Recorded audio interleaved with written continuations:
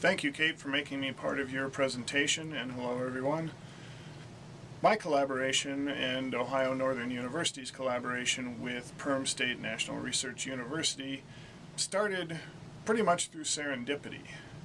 I had been looking for ways to use teleconferencing to deliver content to my students. I had had a couple of my advisors at the University of Nebraska-Lincoln, Ben Rader, a sports historian, talk about Ty Cobb, a famous baseball player, and Parks Coble, who teaches East Asian history, talked about Buddhism for classes using Skype.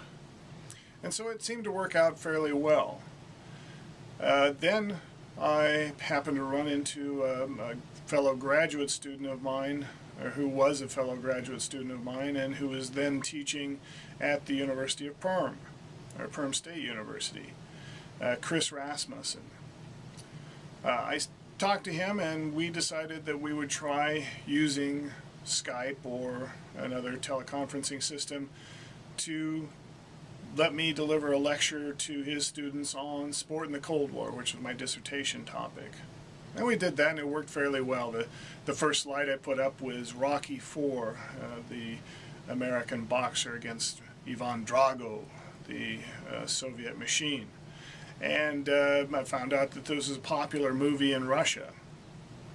So it worked out well, and during that talk, or just after that talk, Katerina Isayeva, Kate, had plans to expand the program to use it to help her students practice their English.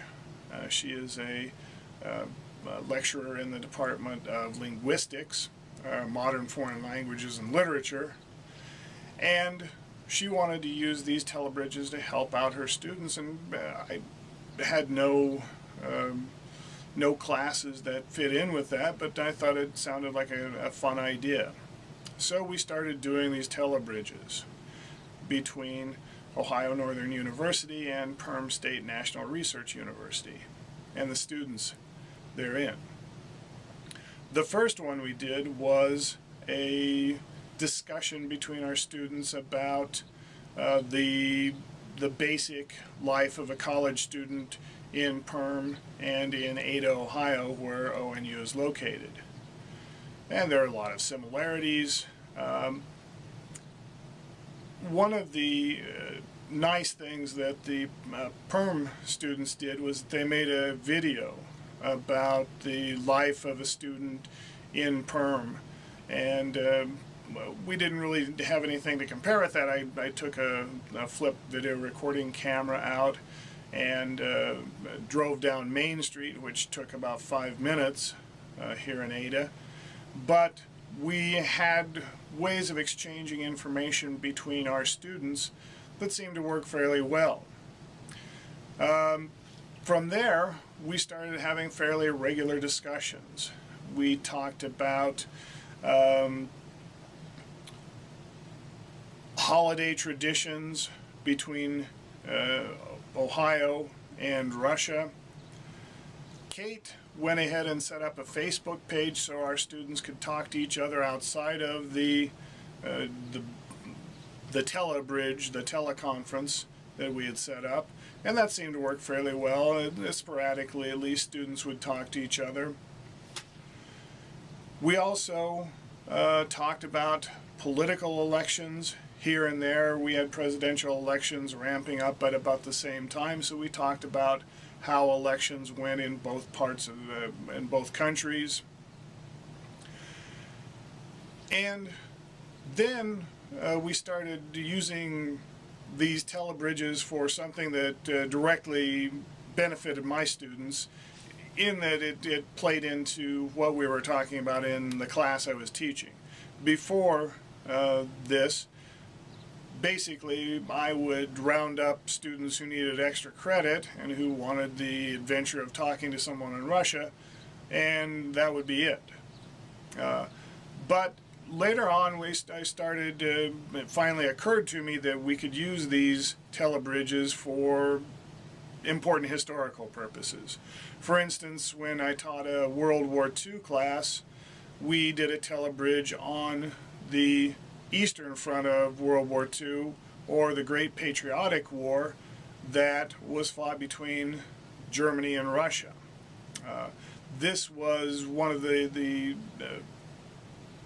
crucial sectors of the war, but in American history courses we tend to not deal with it a great deal.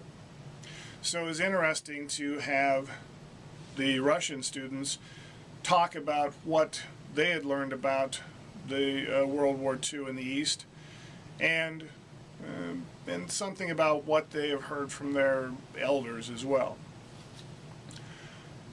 The most unusual, or the most fascinating one for me, having grown up as a child of the Cold War, was that when I taught a Cold War class with some other professors here, we had a telebridge conference with the Perm students talking about what they learned about the Cold War.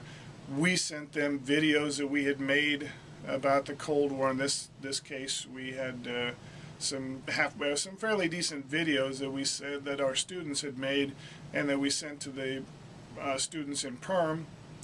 And then we had them talk about how they were taught about the Cold War. And this was interesting for our students. They had been getting pretty much the American take on the Cold War.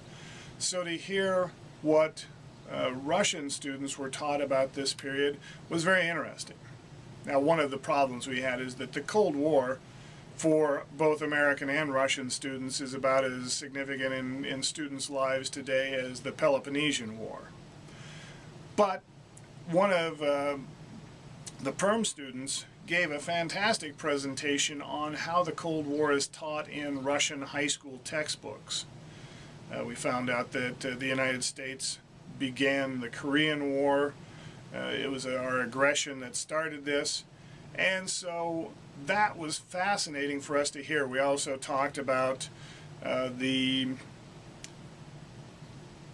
use of the enemy, the Americans on their side, the Soviets on our side, in the popular culture. And we found out that most of the use of the other as enemy came from the American side. On the Soviet side, they didn't always have the evil CIA agent or capitalist so much on their television shows or movies, at least not to the extent that we did here.